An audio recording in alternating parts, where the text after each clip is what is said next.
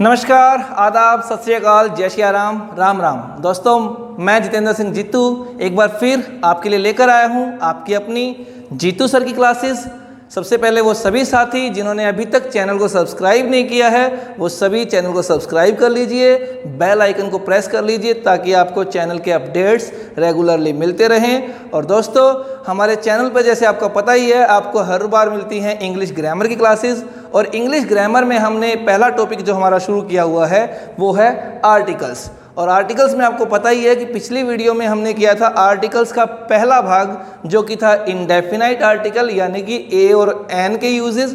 तो आज उसी को हम आगे बढ़ाएंगे और आज की क्लास में हम सीखेंगे डेफिनाइट आर्टिकल द के यूजेस, यानी कि जो डेफिनाइट आर्टिकल होता है हमारा द होता है वो कहाँ कहाँ यूज़ किया जाना चाहिए। तो आइए शुरू कर देते हैं बिना कोई वक्त गवाए।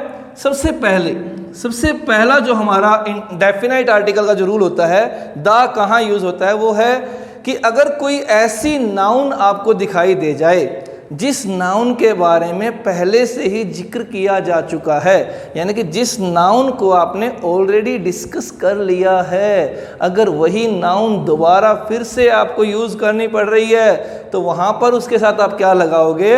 वहाँ पर आप लगाओगे द। देखिए कैसे, जैसे मान लीजिए आपके पास एक सेंटेंस आया, आई सा एन ओल्ड मैन,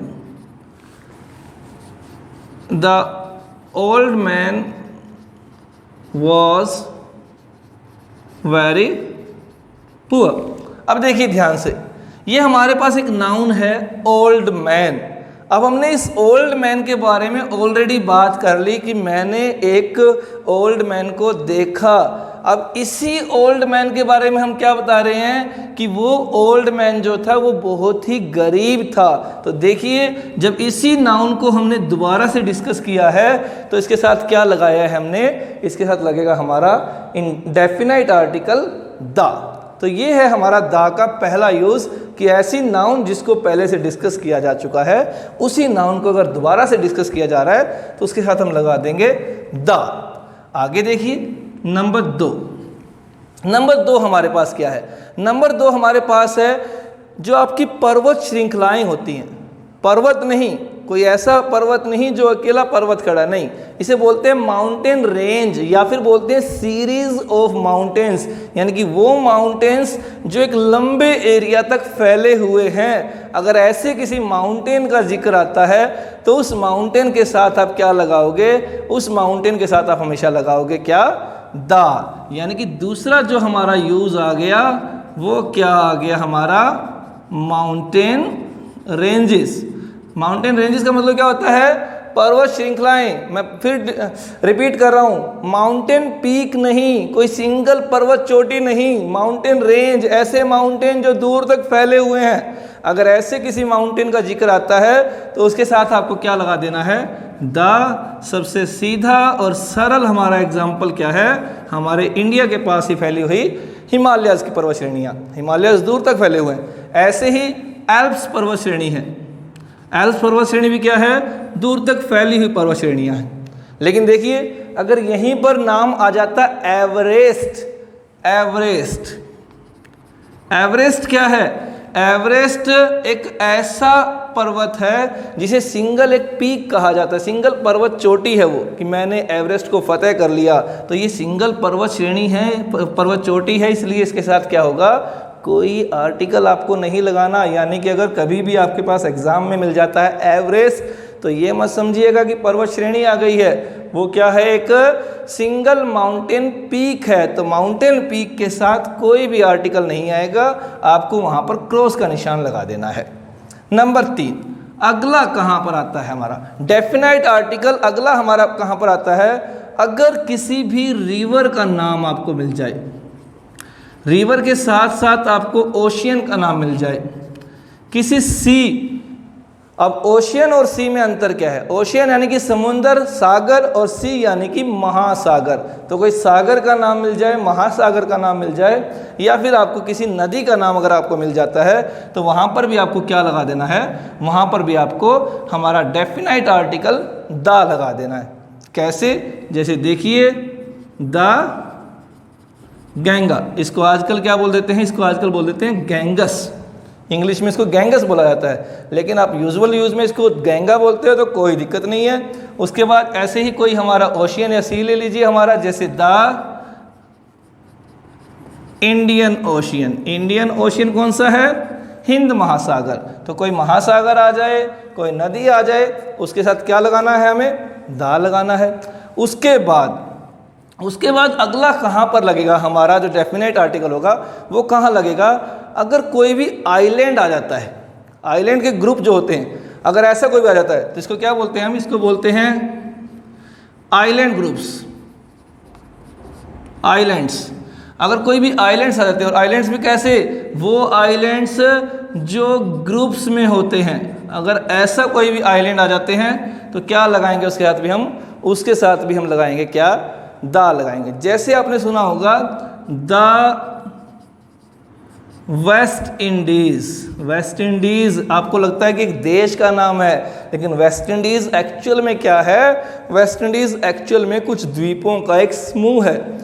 जमैका है या कोई और जो द्वीप है हमारे, उनसे मिलकर बना हुआ है वेस्ट इंडीज, जो कि द्वीपों का समूह है। तो द्वीपों का समूह जहाँ पर भी आएगा वहाँ पर हम क्या लगाएंगे, हमेशा दा लगाएंगे। ऐसे ही हमारे देश में भी क्या है, अंडमान निकोबार है, अंडमान निकोबार, तो वो भी द्वीप समूह है, तो उनके साथ भी क्या लगाएंगे, हम दा लगाएंगे। तो ये तो हो गए हमारे द्वीप समूह, 4 यूजेस हमने कर लिए। 5वां कहाँ पर लगेगा हमारा डेफिनाइट आर्टिकल, 5वीं जो जगह होगी हमारी वो कहाँ होगा, वो होगा इसी तरह से डेजर्ट्स के नाम। डेजर्ट्स यानी कि रेगिस्तान, मरुस्थल, कि अगर कोई मरुस्थल आ जाता है तो वहाँ पर भी हमें क्या लगाना है, वहाँ पर भी हमें दा लगाना है उसके साथ भी हमेशा। कैसे, जैसे देखिए द सहारा डेजर्ट एक बहुत ही जाना माना डेजर्ट है, दुनिया का सबसे बड़ा डेजर्ट इसको कहा जाता है। तो सहारा डेजर्ट के साथ भी क्या लगेगा, हमारा दा लगेगा। तो ये हमने 5 यूजेस हमारे डेफिनाइट आर्टिकल के कर लिए हैं, लेकिन यहीं पर बात खत्म नहीं हुई। डेफिनाइट आर्टिकल के यूजेस आगे चलते रहेंगे, तो देखते हैं आगे क्या आ रहा है। अगला जो नंबर 6 इसका जो यूज़ होगा हमारे पास, कि डेफिनाइट आर्टिकल हमारा और कहाँ यूज़ होता है, और हमारा जो डेफिनाइट आर्टिकल है वो यूज़ होता है किसी न्यूज़पेपर के नाम के साथ। नंबर 6 हम ले लेते हैं यहाँ पर। नंबर 6 क्या है, कोई न्यूज़पेपर है या फिर कोई भी पॉपुलर मैगज़ीन है। किसी न्यूज़पेपर का नाम आ जाए या किसी जानी मानी मैगज़ीन का नाम आ जाए तो भी आपको क्या लगाना है उसके साथ, हमेशा आपको उसके साथ हमेशा यूज़ करना है क्या, दा। जैसे एग्जाम्पल के तौर पर हमारे पास न्यूज़पेपर का नाम है, इंग्लिश न्यूज़पेपर हमारा द ट्रिब्यून। ऐसे ही मैगज़ीन ले लेते हैं हम कोई, जैसे कि एक मैगज़ीन है इंटरनेशनल द क्रॉनिकल। तो मैगज़ीन का नाम हो पॉपुलर, या फिर किसी न्यूज़पेपर का जो डेली न्यूज़पेपर हमारे होते हैं उसका नाम है, तो उसके साथ क्या लगेगा, हमेशा उसके साथ हमेशा आपको लगा देना है क्या, दा लगा देना। लेकिन ध्यान रखना यहाँ पर एक और पॉइंट है जिस पॉइंट पर अक्सर बच्चे ध्यान नहीं देते हैं, और वो पॉइंट ऐसा है जो आपको आगे कंपटीशन एग्जाम्स में फेस करना पड़ता है। अब यहाँ से आप आर्टिकल्स पढ़कर आगे बड़े हो जाते हो, कंपटीशन एग्जाम में चले जाते हो। बहुत सारे आप में से ऐसे भी होंगे जो कंपटीशन एग्जाम्स की तैयारियाँ भी कर रहे होंगे, और उन्हें वहाँ पर दिक्कत आती है। वो आर्टिकल्स करके आते हैं लेकिन उनका आर्टिकल किसी वजह से गलत हो जाता है, उन्हें भी समझ में नहीं आता कि क्यों हुआ। न्यूज़पेपर आया, आपने न्यूज़पेपर के साथ दा को चूज़ किया, लेकिन दा को गलत माना गया। क्यों माना गया, क्या होता है कारण, कि ऐसी जगह जहाँ पर न्यूज़पेपर के साथ भी दा नहीं आता है, यानी कि एक्सेप्शन।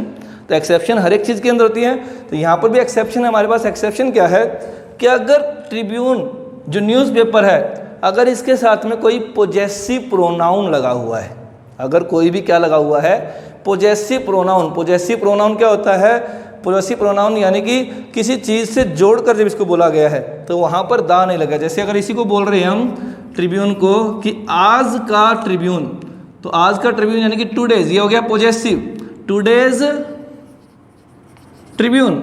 अब अक्सर इस चीज़ की तरफ ध्यान नहीं दिया जाता, ये भी न्यूज़पेपर का ही नाम अभी, लेकिन हम क्या बोल रहे हैं कि आज का अखबार। कौन सा अखबार, ट्रिब्यून अखबार। अब देखिए दा नहीं आया है, तो यहाँ पर आपको दा नहीं लगाना है। जब इसको इस तरह से पोजेसिव करके बोल दिया जाता है तो आपको कुछ भी नहीं इसके साथ लगाना है। नंबर 7 आपका क्या आ जाता है, नंबर 7 पे आपके आ जाते हैं रिलीजियस ग्रुप्स, धार्मिक संस्थाएं। जो धार्मिक ग्रुप होते हैं अगर उनका नाम कहीं पर भी आ जाए तो भी आपको उसके साथ में कोई आर्टिकल ना लगाकर क्या लगाना है, डेफिनाइट आर्टिकल। द हिंदूज धार्मिक ग्रुप है, धार्मिक ग्रुप के साथ हमने क्या लगा दिया, धार्मिक ग्रुप के साथ हमने लगा दिया द। ये ध्यान रखना है आपको। नंबर 8 पे हमारे पास क्या आ जाता है, रिलीजियस ग्रुप के बाद हमारे पास आ जाते हैं इनसे जुड़े हुए स्क्रिप्चर्स, धार्मिक ग्रंथ जो हमारे होते हैं, स्क्रिप्चर्स, या फिर इनको क्या बोल देते हैं हम, इनको हम दूसरा नाम दे देते हैं होली बुक्स। यानी कि कोई भी धार्मिक ग्रंथ आ जाए या फिर कोई धार्मिक पुस्तक अगर आ जाए, अगर उसका नाम है तो भी आपको क्या लगा देना है, द लगा देना है। जैसे द रामायणा, या फिर एक यूजुअल तौर पर जो अक्सर आप देखते हैं एग्जाम्स वगैरह में, वो क्या आ जाता है, द गीता। लेकिन यहाँ तक क्लियर है, यहाँ तक कोई दिक्कत नहीं है। असली दिक्कत अब है। असली दिक्कत क्या है, आपको पता लग गया कि धार्मिक पुस्तक के साथ आपको दा लगा देना है, आपने लगा दिया। लेकिन अगर इसी धार्मिक पुस्तक के साथ इस पुस्तक के ऑथर का नाम दे दिया जाए, अब मामला फंस गया है। यहाँ पर आकर पेंच फंस जाता है कि अगर ऑथर का नाम साथ में दिया हो तो क्या डेफिनेट आर्टिकल आएगा।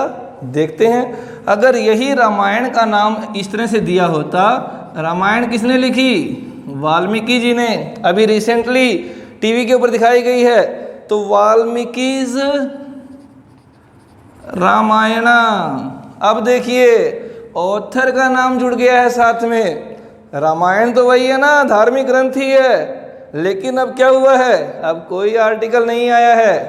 ध्यान रखना है, कॉम्पिटिटिव एग्जाम्स में यही नहीं, आपके नॉर्मल जो एकेडमिक एग्जाम्स होते हैं वहाँ पर भी अगर इस तरह से आ जाता है तो यहाँ पर आपको कोई भी आर्टिकल नहीं लगाना है।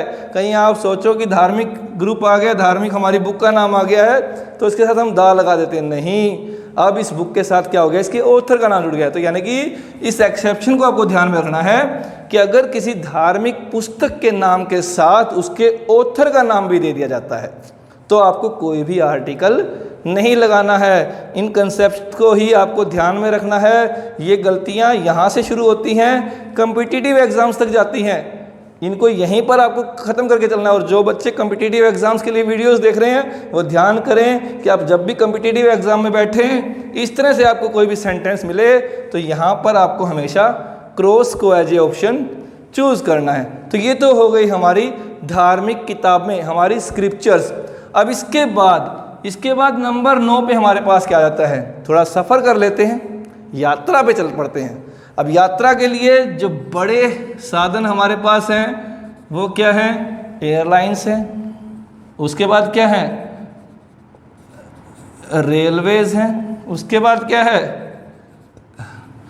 सीवेज बोल दीजिए, समुद्री रास्ते जो हमारे हैं। यानी कि आप एयरलाइन से यात्रा कर रहे हैं, आप रेलवे से यात्रा कर रहे हैं या फिर आप सीवे से जा रहे हैं, तो जो साधन इस्तेमाल हो रहे हैं, एयरलाइंस जो बड़ी बड़ी हमारी एयरलाइंस हैं, रेलवेज जितनी भी ट्रेनें चल रही हैं, और सीवे जो समुद्री जहाज़ हैं, अगर इनके नाम आपके पास आ जाते हैं तो भी आपको क्या लगाना है, हमेशा उसके साथ डेफिनाइट आर्टिकल द का यूज़ करना है। जैसे the jet Airways, jet Airways एक हवाई यान का नाम है। उसके बाद क्या है, ऐसे ही हमारे पास जैसे एक बहुत ही जानी मानी ट्रेन, कौन सी, शताब्दी, कि मैं शताब्दी से यात्रा करके आया हूँ, द शताब्दी एक्सप्रेस। तो शताब्दी एक्सप्रेस के साथ भी क्या लगा दिया हमने, द। तो ध्यान रखना है, एयरलाइंस, रेलवेज या सीवेज अगर इनके नाम आते हैं तो इसके साथ भी आपको तुरंत से क्या लगा देना है, इसके साथ भी आपको हमेशा क्या लगा देना है, द लगा देना। तो ये हो गई हमारे एयरलाइंस के नाम, सीवेज के नाम या फिर हमारी रेलवेज के नाम। तो हमने 9 पॉइंट्स यहाँ तक हमारे आर्टिकल्स के, डेफिनेट आर्टिकल के हमने यहाँ पर 9 पॉइंट्स को पूरा कर लिया है। अब इसके बाद क्या है, 10वां पॉइंट। 10वां पॉइंट क्या है, कोई भी हिस्टोरिकल पीरियड हो, पीरियड यानी कि युग, काल, एज, कोई हिस्टोरिकल एज, हिस्टोरिकल पीरियड है कोई भी, या फिर क्या है आपका हिस्टोरिकल डायनेस्टी है, साम्राज्य है। अगर इनके नाम आ जाते हैं तो आपको क्या लगा देना इसके साथ, हमेशा इसके साथ आपको हमेशा लगा देना हमारा डेफिनाइट आर्टिकल द लगा देना है। जैसे द मुगल एम्पायर, साम्राज्य था, डायनेस्टी थी, मुगल एम्पायर। इसी तरह से जैसे द विक्टोरियन एज, विक्टोरिया का युग, यानी कि महारानी विक्टोरिया का जो युग चला था वो युग आ गया। तो ध्यान रखना है, ऐसी कोई भी चीज़ अगर आ जाती है तो अभी आपको क्या लगाना है, उसके साथ हमेशा क्या लगेगा, द लगेगा, किसी भी हिस्टोरिकल पीरियड, एज या डायनेस्टी के साथ। इसके बाद इसी तरह से कुछ आंदोलन हुए हैं, बड़े बड़े आंदोलन हुए हैं, मोमेंट्स इसको बोलते हैं, इनको बोलते हैं historical moments.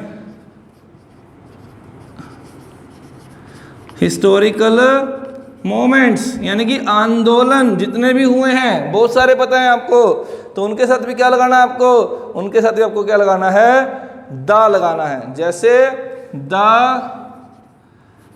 First freedom moment, यानी कि हमारा जो पहला स्वतंत्रता आंदोलन था हमारा, तो उसके साथ क्या लगाया हमने, द लगाया है। तो यानी कि जितने भी हिस्टोरिकल मोमेंट्स आपके पास आ जाएंगे उसके साथ भी आपको हमेशा क्या लगा देना है, द, यानी कि हमारा डेफिनाइट आर्टिकल लगा देना है। अब इसके बाद अगली चीज़ क्या आती है, इसके बाद अगली चीज़ हमारे पास आती है, कोई भी पॉलिटिकल पार्टी आ जाए, किसी भी पॉलिटिकल पार्टी का नाम आ जाए, पॉलिटिकल पार्टीज, या इसी तरह से कोई ग्रुप आ जाए, पॉलिटिकल ग्रुप आ जाए आपका, या फिर क्या आ जाए आपका, जैसे क्लब बन जाते हैं, किसी क्लब का नाम आ जाए, पॉलिटिकल पार्टी का नाम आ गया, किसी ग्रुप का नाम आ गया, या क्लब का नाम आ गया, तो भी आपको क्या लगाना है उसके साथ, हमेशा डेफिनाइट आर्टिकल द लगाना है। जैसे हमारी रूलिंग पार्टी क्या है आजकल, द बीजेपी। इसी तरह से कोई क्लब ले लीजिए, जैसे आमतौर पर कई शहरों में बना होता है द लायंस क्लब, तो ये क्लब का नाम आ गया। इनके साथ भी क्या लगेगा, हमेशा इनके साथ भी आपको लगा देना है, हमेशा द लगा देना है। उसके बाद हमारे पास क्या है, इसके बाद हमारे पास है अगला नंबर, शायद 13 आ गया है। अगला हमारे पास क्या है, कॉन्स्टिट्यूशनल एक्ट्स। कोई हमारा कॉन्स्टिट्यूशनल एक्ट हमारे पास आ जाता है, या फिर हमारी कोई भी कॉन्स्टिट्यूशनल क्या आ जाती है, यूनिट आ जाती है, कॉन्स्टिट्यूशनल एक्ट या फिर कॉन्स्टिट्यूशनल यूनिट, यानी कि जो हमारे संवैधानिक रूप से हमारे पास लागू हैं चीज़ें, अगर वो आ जाती हैं तो वहाँ पर भी हमेशा क्या आएगा, वहाँ पर भी हमेशा क्या आएगा, द आएगा। अब कॉन्स्टिट्यूशनल यूनिट यानी कि ऐसी कोई यूनिट जो हमारे संविधान की रक्षा के लिए बनाई गई है, सबसे बड़ी चीज़ क्या आ जाती है इसके अंदर, द जुडिशियरी। इसी तरह से एक्ट, कोई भी एक्ट जो हमारे लागू किए जाते हैं, कोई भी, वो अगर कोई भी एक्ट आ जाएगा तो उस एक्ट के साथ भी आप क्या लगाओगे, हमेशा द लगाओगे। कोई भी एक्ट उठा लीजिए आप, पिछले दिनों बहुत सारे एक्ट बने हमारे, आरटीआई एक्ट है हमारा, आरटीई का एक्ट है हमारा, तो जैसे द आरटीआई एक्ट, तो आरटीआई क्या है, राइट टू इंफॉर्मेशन, तो ये एक्ट बनाया गया तो उसके साथ भी क्या लगाएंगे, हम हमेशा द लगाएंगे। तो ध्यान रखना है, कॉन्स्टिट्यूशनल एक्ट्स हों या कॉन्स्टिट्यूशनल यूनिट्स हों, अगर इनका नाम आ जाएगा तो भी आपको क्या लगाना है, द लगाना है। अगले पॉइंट पे बढ़ जाते हैं। अगला पॉइंट हमारे पास क्या है, बहुत ही महत्वपूर्ण पॉइंट है, वो है आर्म्ड फोर्सेस। आर्म्ड फोर्सेस कौन सी होती हैं, आर्म्ड फोर्सेस हमारी सेनाएं, जितनी भी सेना है हमारे, थल सेना है, वायु सेना है, जल सेना है, अगर किसी सेना का नाम आता है वहाँ पर भी हमें क्या लगाना है, हमेशा द लगाना है। जैसे आपने सुना होगा, क्या बोलते हैं हम, द आर्मी, द नेवी, इसी तरह से द एयरफोर्स। तो आर्म्ड फोर्सेस के साथ भी आपको क्या लगा देना है, हमेशा आर्म्ड फोर्सेस के साथ भी क्या लगेगा, हमारा द लगेगा। इसके बाद अगला पॉइंट क्या है? कुछ ऐसे ऑब्जेक्ट्स हैं हमारे पास दुनिया में, यूनिवर्स में हमारे, जो यूनिक है, जिनके जैसा और नहीं है। तो इसको बोल देते हैं हम क्या? यूनिक ऑब्जेक्ट्स ऑफ यूनिवर्स, या फिर हमारे जैसे क्या हैं? प्लैनेट्स हैं, ग्रह हैं। अगर इनका किसी का नाम आ जाता है तो क्या लगाना? उसके साथ आपको दा लगाना है। जैसे यूनिक ऑब्जेक्ट्स में, यूनिवर्स में क्या है? यूनिक सन, सूरज एक है पूरे का पूरा। ऐसे ग्रहों के नाम, जैसे ग्रह में हमारी धरती को ही ले लीजिए, तो किसी ग्रह का नाम आया या किसी ऐसे ऑब्जेक्ट का नाम आया जो यूनिवर्स में यूनिक है, तो क्या लगाएंगे? उसके साथ हमेशा हम दा लगाएंगे। ध्यान रखना है इन चीज़ों का आपको। आगे बढ़ जाते हैं हम। अब जब यूनिक ऑब्जेक्ट्स ऑफ यूनिवर्स आए हैं, कोई प्लैनेट्स आए हैं, तो कुछ ऐसे भी तो चीज़ें हैं, कुछ ऐसे लोग हैं जिन्होंने इनको कुछ खोजें की इनके बारे में, यानी कि इसको बोल देते हैं हम क्या? इन्वेंशंस। जितनी भी खोजें हुई हैं दुनिया के अंदर, अगर किसी इन्वेंशन का नाम आ जाता है तो भी क्या लगाओगे आप? हमेशा दा लगाओगे। जैसे रोशनी देने के लिए घरों में क्या है? बल्ब है। आजकल एलईडीज है, लेकिन स्टार्ट कहाँ से हुआ है? बल्ब से चला है, तो दा बल्ब। तो 16 पॉइंट्स हमारे पास हो गए हैं।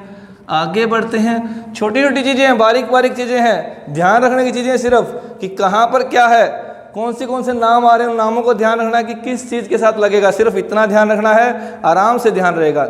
इसके बाद देखिए अगला जो पॉइंट है हमारे पास, अगला पॉइंट हमारे पास क्या है? बहुत ही ध्यान रखने का पॉइंट है, वो है नेशनैलिटीज़। नेशनैलिटी क्या होती है? राष्ट्रीयता। जैसे आप इंडिया में रह रहे हैं तो आपको क्या बोला जा रहा है? इंडियन बोला जा रहा है। कोई रशिया में रह रहा होगा उसको क्या बोला जाएगा? रशियन बोला जाएगा। अगर कोई चाइना में रह रहा है तो उसको क्या बोला जाएगा? चाइनीज़ बोला जाएगा। तो नेशनलिटीज़ के साथ क्या आएगा हमारा? हमेशा द आएगा। जैसे द इंडियन। अब यहाँ पर एक चीज़ समझने की, दो चीज़ एक्चुअल में समझने की है।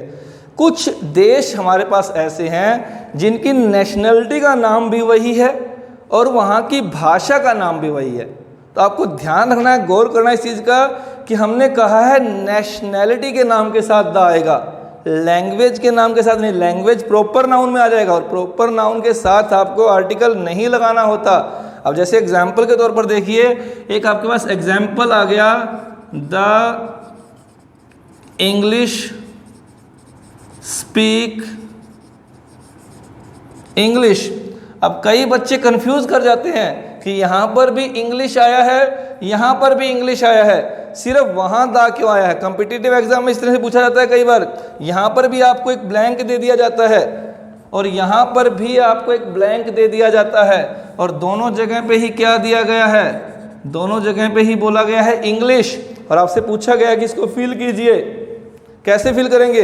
अब ऑप्शंस दिए जाते हैं कॉम्पिटिटिव एग्जाम्स के अंदर। ऑप्शन दे दिया जाएगा, पहला उसमें दा ए दे दिया, दूसरे में ए और दा दे दिया, तीसरे में एन और ए दे दिया, या चौथे में कुछ और दे दिया। तो ध्यान रखना आपको, यहाँ पर ये है नेशनैलिटी, तो नेशनैलिटी के साथ क्या लग जाएगा? द। और यहाँ पर क्या है? ये लैंग्वेज, तो लैंग्वेज के साथ कुछ भी नहीं लगता। यानी कि आपका जो सेंटेंस होगा वो क्या होगा? द इंग्लिश स्पीक इंग्लिश, यानी कि अंग्रेज लोग जो होते हैं वो अंग्रेजी बोलते हैं। ये थी पहली बात। अब दूसरी बात क्या है? नेशनलिटी के साथ भी ए और एन लगता है। कंफ्यूजन आ गई ना कि ए और एन भी लगता है, दा भी लगता है। कैसे पता लगेगा? अंतर कैसे करेंगे? समझना है। ए और एन कब लगेगा? ए और एन सिर्फ तब लगाना है आपको जब इस नेशनैलिटी को किसी सिंगुलर काउंटेबल नाउन की तरह लिया गया है। सिंगुलर काउंटेबल नाउन याद कीजिए, ए और एन को जब हमने किया था, इंडेफिनाइट आर्टिकल को वहाँ पर हमने जिक्र किया था।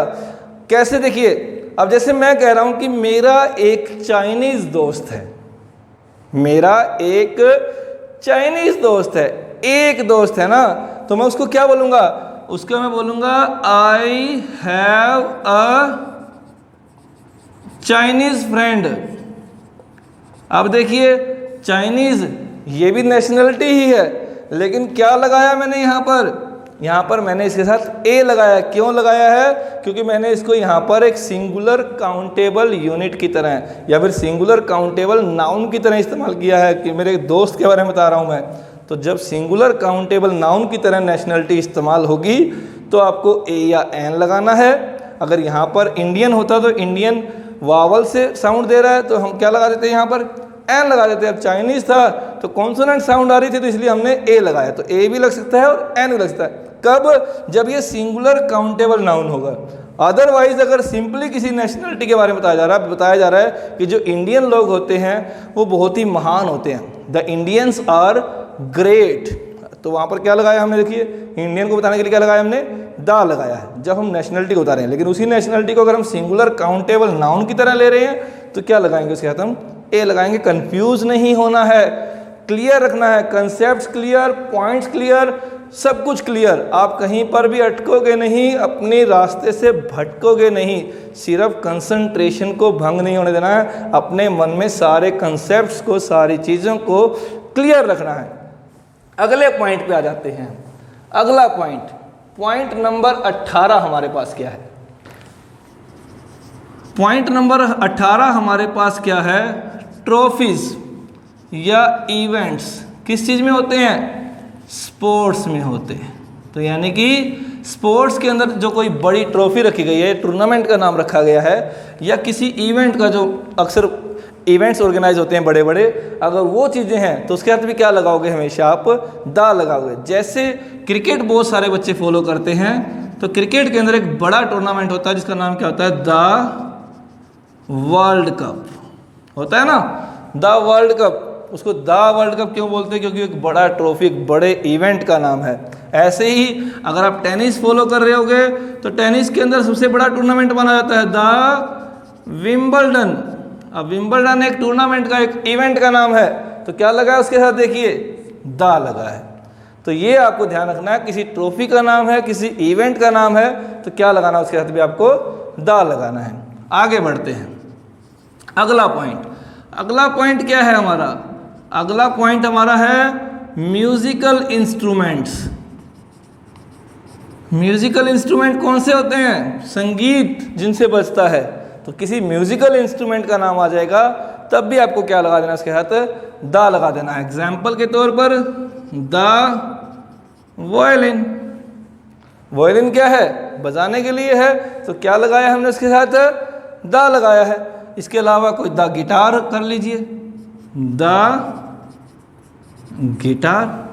तो कोई भी आपका संगीत का यंत्र होगा उसके साथ भी आप क्या लगा दोगे, हमेशा उसके साथ भी आप लगा दोगे हमेशा द। इसके बाद आगे बढ़ते हैं। नंबर 20 हमारे पास क्या है? नंबर 20 हमारे पास है हिस्टोरिकल बिल्डिंग्स, या फिर इनके लिए दूसरा नाम बोल देते हैं हमें, क्या होता है वो? मॉन्यूमेंट्स, स्मारक। तो ऐतिहासिक जो बिल्डिंग्स हैं या जो स्मारक बनाए गए हैं उनके साथ भी क्या लगाना है आपको? दा लगाना। अब ऐतिहासिक बिल्डिंग, जितनी भी पुरानी आप बड़ी बड़ी बिल्डिंग्स देखते हो, जानी मानी बिल्डिंग्स जहाँ को देखने के लिए पर्यटक आते हैं, उनको सबको क्या बोलते हैं? हिस्टोरिकल बिल्डिंग्स, मॉन्यूमेंट्स होते हैं। तो जैसे आपके दिल्ली के अंदर क्या है? द रेड फोर्ट, जानी मानी चीज़ इंडिया के अंदर 7 अजूबों में क्या है? द ताजमहल। तो ये क्या आ जाते हैं हमारे? मॉन्यूमेंट है, स्मारक है, याद में बनाया गया शाहजहां के द्वारा मुमताज़ की याद में। रेड फोर्ट एक हिस्टोरिकल बिल्डिंग है, तो क्या लगा है इसके साथ? हमेशा क्या लगाना है? हमें इसके साथ दा लगा देना है। तो ये हो गई हमारी हिस्टोरिकल बिल्डिंग्स। अब हिस्टोरिकल बिल्डिंग्स की बात आ गई तो आ जाते हैं हम ऐसे ही होटल्स के नाम के साथ। बड़े बड़े होटल्स, जो जाने माने होटल्स होते हैं, वर्ल्ड फेमस होटल्स होते हैं, उनके नामों के साथ क्या लगाना है आपको? हमेशा दा लगाना है। जैसे ऊपर हमने किया ताजमहल, यहाँ पर क्या करेंगे? दा ताज। ताज क्या है? होटल है मुंबई के अंदर, द ताज होटल। ऐसे ही इंडिया का एक और जाना माना होटल द ओबेरॉय। तो इनके साथ भी आपको क्या लगा देना है? दा लगा देना है, बड़े बड़े जाने माने आपके होटल्स के नामों के साथ। अब होटल आ गया है तो होटल से ही मिलता जुलता है एक और चीज़, सिर्फ साउंड में क्या है, वो है हिस्टोरिकल बैटल्स। हिस्टोरिकल बैटल्स, इतिहास में कितनी ही महान लड़ाइयाँ हुई हैं, युद्ध हुए हैं। एक थोड़ी देर पहले बताया था आपको हिस्टोरिकल मोमेंट्स, मोमेंट्स थी आंदोलन, बैटल्स क्या है, युद्ध, जो इतिहास में बड़ी बड़ी लड़ाइयाँ लड़ी गई हैं, उनके साथ भी क्या लगाना है आपको, दा लगाना है। जैसे इंडिया के अंदर बहुत जानी मानी एक बैटल हुई, क्या नाम था उसका, द बैटल ऑफ पानीपत। एक बार नहीं 3 बार लड़ी गई, द बैटल ऑफ पानीपत। इसी तरह से द फर्स्ट वर्ल्ड वॉर हुई। तो ये हिस्टोरिकल बैटल्स हैं, ऐतिहासिक युद्ध हैं, इनके साथ भी क्या लगाना है, हमें हमेशा दा लगाना है। रेवोल्यूशंस भी बोल देते हैं, इनको क्रांतियां बोल देते हैं, बहुत सारी इस तरह की क्रांतियां भी हुई हैं, तो उनके साथ भी क्या लगाना आपको, हमेशा दा लगा देना आपको। इसके बाद क्या है, इसके बाद हम आगे बढ़ेंगे। 22 पॉइंट्स हमने यहाँ तक कर लिए हैं, ध्यान रखना है आपको इन 22 पॉइंट्स को। 23वां पॉइंट हमारे पास, 23वां पॉइंट हमारे पास क्या आ जाएगा, डायरेक्शंस। अगर किसी डायरेक्शन का नाम आ जाए, दिशा का नाम आ जाए, तो भी आपको क्या लगा देना है, दा लगा देना है। जैसे आप आमतौर पर बोलते हो कि सूरज पूर्व में उदय होता है, पूर्व में जगता है, लेकिन नहीं, सूरज स्थिर है।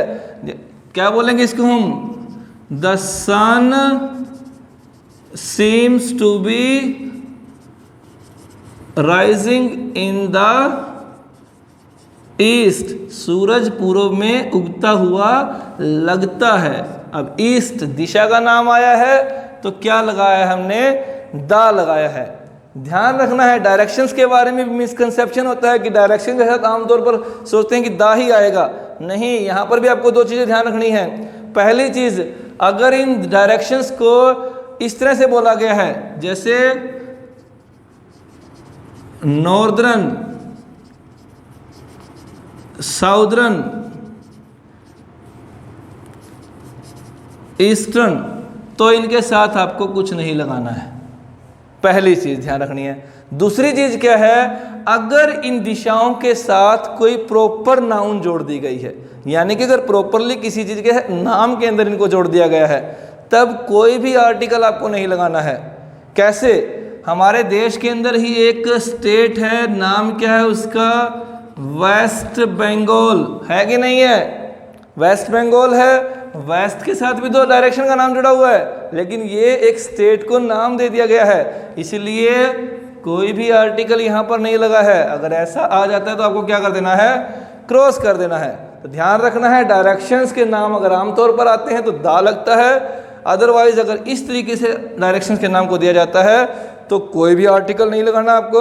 अगर डायरेक्शन के नाम के साथ किसी प्रॉपर नाउन को बनाया जाता है तो भी आपको कोई भी आर्टिकल वहाँ पर नहीं लगाना कभी भी। पॉइंट नंबर 23 हमने किया, आगे बढ़ते हैं हम। अगला पॉइंट हमारा पॉइंट नंबर 24। पॉइंट नंबर 24 हमारे पास क्या है, पॉइंट नंबर 24 हमारे पास है सुपरलेटिव डिग्री। अब सुपरलेटिव डिग्री कौन सी होती है?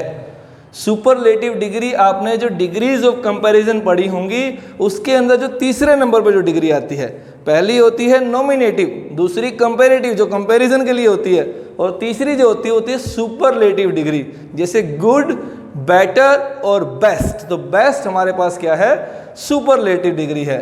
तो एग्जाम्पल के तौर पर ही is the best boy of the school. आजकल इसको स्टूडेंट ऑफ द ईयर बोल दिया जाता है, लेकिन अगर इस तरह से बोला जाएगा बेस्ट हमारी सुपरलेटिव डिग्री आई है, तो क्या लगाएंगे उसके बाद, हमेशा हम द लगाएंगे। ये हो गया हमारा सुपरलेटिव डिग्री। आगे बढ़ते हैं। अब सुपरलेटिव डिग्री के साथ तो लगता ही लगता है, आपका जो कंपैरेटिव डिग्री होती है उसके साथ भी दा लगता है। लेकिन कहाँ लगता है, कहाँ लगता है? जब 2 कंपैरेटिव डिग्रीज, ध्यान रखिएगा, सुनना है, 2 कंपैरेटिव डिग्रीज एक दूसरे के डायरेक्टली प्रोपोर्शनल हों या इनवर्सली प्रोपोर्शनल हो। अब directly proportional, inversely proportional mathematical terms हैं। डायरेक्टली प्रोपोर्शनल क्या मतलब क्या होता है कि एक की वजह से अगर एक बढ़ रहा है तो दूसरा भी क्या हो रहा है, बढ़ रहा है। इन्वर्सली प्रोपोर्शनल क्या है कि एक का दूसरे के ऊपर नेगेटिव इफेक्ट पड़ रहा है, एक बढ़ रहा है दूसरा घट रहा है। अगर ऐसी कहीं पर भी है, दो कंपैरेटिव डिग्री को इस तरीके से प्रयोग किया गया है, तो वहां पर आप क्या लगाओगे, उन दोनों ही कंपैरेटिव डिग्री के साथ आप क्या लगा दोगे, दा लगा दोगे। जैसे एग्जाम्पल के तौर पर द मोर द मैरियर, कहा जाता ना कि जितना ज़्यादा आपके पास सुविधाएं होंगी उतने ज़्यादा आप खुश रहेंगे, तो द मोर द मैरियर। तो ये थी हमारी कंपैरेटिव डिग्री के साथ द का यूज। आगे बढ़ जाते हैं हम। अब आगे क्या है, आगे आपके पास आ जाते हैं ऑर्डिनल नंबर्स। ये भी एक नई चीज़ है बहुत सारे बच्चों के लिए। ऑर्डिनल नंबर्स क्या होते हैं, जो हमारा नंबर सिस्टम है उसे हम दो तीन तरह से बांट देते हैं। एक होते हैं कार्डिनल और एक होते हैं ऑर्डिनल। कार्डिनल यानी कि जो आप 1 2 3 4 बोलते हैं वो होते हैं कार्डिनल। ऑर्डिनल क्या है, ऑर्डिनल नंबर्स वो होते हैं जो पोजीशन को डिक्लेयर करते हैं कि first, second, third, fourth, last, ये सारे क्या है, ऑर्डर बताते हैं। तो ऑर्डर से बन गया क्या, ऑर्डिनल नंबर्स। तो ऑर्डिनल नंबर्स के साथ भी क्या लगाना है आपको, द लगाना है। जैसे ही is the last boy to reach here, कि यहाँ पहुँचने वाला वो आखिरी बच्चा है। आखिरी क्या आ गया, ऑर्डिनल आ गया। क्या लगाएंगे इसके साथ, हमेशा हम द लगाएंगे। तो ऑर्डिनल नंबर्स के साथ भी हमने क्या लगा दिया, यहाँ पर द लगा दिया। आगे बढ़ जाते हैं हम। आगे क्या है हमारे पास, आगे है डेजिग्नेशंस। डेजिग्नेशंस यानी कि पद, किसी की पदवी दी गई, पोस्ट बताई गई है किसी की, तो वहां पर भी क्या लगाएंगे, डेजिग्नेशन के साथ भी हम क्या लगाएंगे, हमेशा द लगाएंगे। जैसे द डायरेक्टर, या फिर हम बोलते हैं ना द प्रिंसिपल। लेकिन अगर संख्या ज़्यादा हो तो इसके साथ हम फिर क्या लगा देंगे, फिर हम इसके साथ ए या एन, जो हमारा इंडेफिनेट आर्टिकल होता है, वो लगा देंगे। जैसे अगर किसी जगह पर 3-4 डायरेक्टर्स हैं तो हम क्या बोलेंगे, ए डायरेक्टर ऑफ द स्कूल, या किसी भी चीज़ का जो है वो आ रहा है तो उसके साथ फिर ए लग जाएगा। टीचर्स होते हैं जैसे स्कूल के अंदर, तो ए टीचर इज कमिंग, कि एक टीचर आ रहा है तो वहाँ पर ए आना जाएगा। अदरवाइज डेजिग्नेशंस के साथ क्या लगाओगे आप, हमेशा द लगाओगे। तो ये हो गया हमारा नंबर 28 रूल हमारे पास। आगे बढ़ेंगे हम। डेजिग्नेशंस हमारे पास यहाँ पर हो गई। उसके बाद क्या है, उसके बाद देखिए नंबर 29 पर हम क्या करेंगे। नंबर 29 पर हम करेंगे कि अगर किसी एक प्रॉपर नाउन को किसी दूसरी प्रॉपर नाउन की तरह बताया गया है, मतलब किसी एक प्रॉपर नाउन को दूसरी प्रॉपर नाउन की उपाधि दे दी गई, उसके जैसा बता दिया गया है, तो हम क्या लगाएंगे वो बताने के लिए, हमेशा डेफिनेट आर्टिकल लगाएंगे। तो एग्जाम्पल देख लीजिए इस चीज़ का आप। ही is the Gandhi of modern days, यानी कि आजकल के ज़माने में अगर कोई ऐसा व्यक्ति है जो गांधी जैसे गुणों को रखता है, यानी कि एक ऐसी प्रॉपर नाउन जो दूसरे, अब यहाँ पर हमने प्रोनाउन लिया है, आप नाम ले लीजिए किसी का भी, मान लीजिए कोई राम नाम का व्यक्ति है जो गांधी जैसे गुणों से भरा हुआ है, तो हम क्या बोलेंगे, Ram is the Gandhi of modern days. अब देखो इसको गांधी के जैसा बताया गया है, तो यहाँ पर भी हमने क्या लगाया है, द लगाया है। तो ये हो गया किसी को किसी की उपाधि दे देना। उसके बाद अगला हमारे पास क्या है, अगला पॉइंट हमारे पास है ग्रुप ऑफ नेशंस, यानी कि कुछ ऐसे देश हैं जो ग्रुपिंग में जिनके नाम बोले जाते हैं, जो यानी कि कुछ देशों के समूह के रूप में बोले जाते हैं, तो उन देशों को भी हम क्या लगाएंगे, हमेशा द लगा के बोलेंगे। जैसे द USA, यानी कि यूनाइटेड स्टेट्स ऑफ अमेरिका। ऐसे ही द यूके यानी कि यूनाइटेड किंगडम। तो ये क्या है, ग्रुप के रूप में होते हैं देश, तो इनके नाम के साथ क्या लगाएंगे, हम द लगाएंगे। आमतौर पर किसी भी देश का नाम एक प्रॉपर नाउन होता है, उसके साथ में कोई भी आर्टिकल नहीं लगाया जाता, लेकिन यहाँ पर ये जो हैं देश, ये क्या है, ग्रुप के रूप में है, तो इनके साथ क्या लगा देंगे, हम द लगा देंगे। अब यहाँ से एक चीज़ और देखिए, एक मज़ेदार चीज़ है। मज़ेदार चीज़ क्या है, इंडिया के अंदर जो स्टेट्स हैं हमारे, जितने भी स्टेट्स हमारे हैं, स्टेट्स भी क्या हैं, प्रॉपर नाउन है। तो प्रॉपर नाउन के साथ मैंने अभी आपको बताया कोई आर्टिकल नहीं लगाएंगे आप, लेकिन जो ग्रुप में आता है उसके साथ क्या लगाते हैं, दा। तो इंडिया के अंदर एक ऐसा स्टेट भी है जिसके साथ क्या लगाएंगे, हम दा लगाएंगे। कौन सा स्टेट है, कौन सा स्टेट है, वो है हमारा पड़ोसी, कौन, पंजाब। बल्ले बल्ले। अब पंजाब के साथ भी क्या लगाएंगे, हम दा लगाएंगे। क्यों लगाएंगे, देखिए, पंजाब, पंजाब यानी कि पंजाब जो है उसे 5 नदियों का समूह बोला जाता है, समूह के रूप में है, ग्रुप के रूप में है। तो पंजाब एकमात्र ऐसा स्टेट है जिसके साथ क्या लगाएंगे, दा लगाएंगे, यानी कि यहाँ पर भी सरदार असरदार है। तो अकेला पंजाब जिसके साथ क्या लगा देना है आपको, दा लगा देना। अगर कहीं पर भी आपको ये यूज़ करना पड़ता है तो ज़रूर ध्यान रखेंगे कि एकमात्र स्टेट जिसके साथ क्या लगेगा, दा लगेगा। तो ये हो गए हमारे ग्रुप्स के रूप में। इसके बाद अगला पॉइंट हमारे पास क्या है, अगला पॉइंट हमारे पास क्या है पॉइंट, वो है पार्ट्स ऑफ बॉडी। जब आपके बॉडी पार्ट्स की बात होती है, जब आपके बॉडी पार्ट्स की बात होती है तो उसके साथ क्या लगाना आपको, दा। यहाँ पर ये जो दा होता है ये एक तरह से पोजेसिव प्रोनाउन का भी काम करता है। जैसे मैंने मान के बोला कि आई cot him by the year, कि मैंने उसे कान से पकड़ा, बाजू से पकड़ा। अब यहाँ पर मैं दा की जगह पे क्या लगाता हूँ, हिज भी लगाता हूँ। आई cot him by his year. अब देखिए हिज एक क्या है, पोजेसिव प्रोनाउन, और ये दा यहाँ पर एक तरह से उस पोजेसिव प्रोनाउन की जगह ले रहा है, यानी कि लगभग उसके जैसा ही काम कर रहा है। जब इस तरह की बात आ जाए तो वहाँ पर भी आपको क्या लगाना है, पार्ट्स ऑफ बॉडी के साथ हमेशा दा आपको लगा देना है।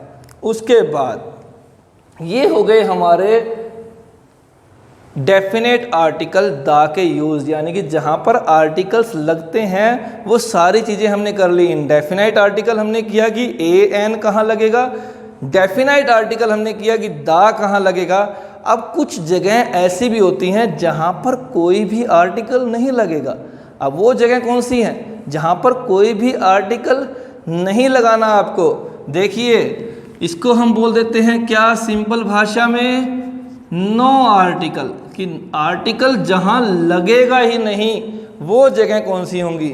सबसे पहले क्या, प्रॉपर नाउन्स के साथ। अगर प्रॉपर नाउन किसी का प्रॉपर नाम आ गया है तो वहाँ पर आपको कोई भी आर्टिकल नहीं लगाना है। जैसे अगर कहीं पर आ गया किसी का नाम राम तो आपको कर देना है काम तमाम, कोई भी आर्टिकल आपको नहीं उसके साथ लगाना है। लेकिन ध्यान रखिएगा, अगर कभी कभी कोई ऐसी प्रॉपर नाउन आ जाए जिसके बारे में आप श्योर नहीं हैं तो उसके साथ आप आर्टिकल लगा सकते हैं। जब श्योर आप नहीं हैं, कैसे श्योर नहीं हैं, देखिए जैसे आपके घर पे मान लीजिए कोई मिस्टर गुप्ता बोल के आदमी आया है, मिस्टर गुप्ता। अब आप नहीं जानते मिस्टर गुप्ता को, has come to meet you. अब वो आपके पिताजी से मिलने के लिए आए, उन्होंने दरवाज़ा खटखटाया, आपने दरवाज़ा खोला, आपने पूछा हाँ जी कौन, तो उन्होंने कहा कि मैं मिस्टर गुप्ता हूँ। आपके पापा से बोलिए कि मैं कोई मिस्टर गुप्ता मिलने के लिए, कोई मिस्टर गुप्ता मिलने के लिए आए हैं, यानी कि श्योरिटी नहीं है। अब आप अपने पापा को आवाज़ लगा रहे हो कि पापा कोई आया है, पापा पूछ रहे हैं कौन आया है, तो आप क्या जवाब देते हो कि कोई मिस्टर गुप्ता आया है, कोई मिस्टर गुप्ता। तो यहाँ पर फिर आप क्या लगा देते हो, आर्टिकल, इंडेफिनाइट आर्टिकल जो होता है आपका वो लगा देते हो, a Mr Gupta has come to meet you, कि कोई मिस्टर गुप्ता आपसे मिलने के लिए आए। तो यहाँ पर प्रॉपर नाउन के साथ आर्टिकल लग जाएगा, अदरवाइज आपको किसी भी प्रॉपर नाउन के साथ आर्टिकल नहीं लगाना है। इसी तरह से अगर 2 या 3 प्रॉपर नाउन्स के बीच में से किसी एक प्रॉपर नाउन को उठाना हो, 2 या 3 प्रॉपर नाउन्स के बीच में से किसी एक प्रॉपर नाउन को उठाना है, जैसे मान लीजिए आप जहाँ रह रहे हैं या जहाँ पढ़ रहे हैं वहाँ पर एक ही नाम के 3-4 बच्चे हैं। अब जैसे मान लीजिए आपकी क्लास में मोहन नाम से 3 स्टूडेंट्स हैं और उन स्टूडेंट्स में किसी एक को आप पसंद करते हो कि वो एक स्टूडेंट आपको अच्छा लगता है, तो आप क्या बोलोगे, there are 3 Mohans in my class, 3 Mohans in my class, but I like the Mohan who sits with me. कि मैं उस मोहन को पसंद करता हूं जो मेरे साथ बैठता है। अब क्या किया हमने, उन प्रॉपर नाउन्स में से किसी एक प्रॉपर नाउन को प्रायोरिटी दी है। तो अगर ऐसा आ जाता है तो वहां पर भी आप क्या लगाओगे, प्रॉपर नाउन के साथ आर्टिकल लगाओगे, अदरवाइज प्रॉपर नाउन के साथ आर्टिकल नहीं लगता है। नंबर दो क्या है आपका, एब्स्ट्रैक्ट नाउन। एब्स्ट्रैक्ट नाउन क्या होती है, भाववाचक संज्ञाएं, यानी कि ऐसी संज्ञा जो भाव को बता रही हो, अगर वो आ जाती है तो उसके साथ भी आपको कोई भी आर्टिकल नहीं लगाना है। एग्जाम्पल के तौर पर जैसे आप बोल रहे हो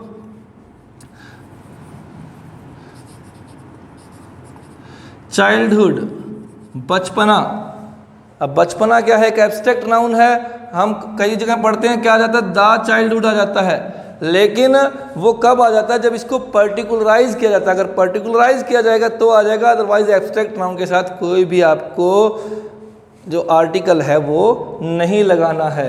इसी तरीके से अगर आपके पास आ जाता है कोई भी मैटीरियल नाउन यानी कि कोई भी मटेरियल, दूध, चाय, चीनी, कुछ भी आपके पास आ गया तो उसके साथ आपको आर्टिकल नहीं लगाना है। कब तक नहीं लगाना है, जब तक उसको पर्टिकुलराइज नहीं किया गया है, यानी कि उसको पर्टिकुलरली अगर कहीं पर मेंशन किया गया स्पेशली तो आप आर्टिकल लगाओगे, अदरवाइज आर्टिकल नहीं लगाओगे।